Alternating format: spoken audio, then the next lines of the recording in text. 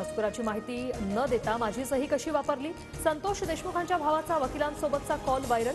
परस्पर याचिका केल्याचा आरोप. वाल्मी कराडवर हत्येच्या गुन्ह्यासह मुंडेंचा राजीनामा घेण्याबाबत याचिकेत उल्लेख.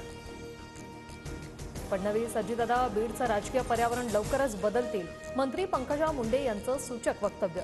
बंधू धनंजय मुंडे यांची राजीनाम्यावर भाष्य करण्यास नकार. धनंजय मुंडेंविरोधात करुणा शर्मा यांच्याकडून मुंबईच्या औरंगाबाद खंडपीठात याचिका दाखल.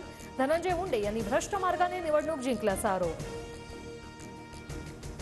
मनसेची महायुतीसोबतची युती एकनाथ शिंदेंमुळे फिसकटली. पदाधिकारी बैठकीत राज ठाकरेंचा मोठा गौप्यस्फोट. विधानसभेत शिंदेंच्या नकारामुळे युती होऊ शकली नाही असाही दावा. सूत्रांची माहिती.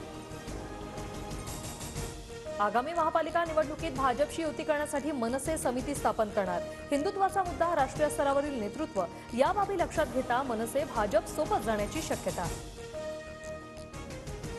मोठ्या पक्षाला मतदान करू नका. काँग्रेस गद्दार तर भाजप महागद्दार पक्ष. विधानसभेतील पराभवानंतर रासपच्या महादेव जानकरांचा हल्लाबोल.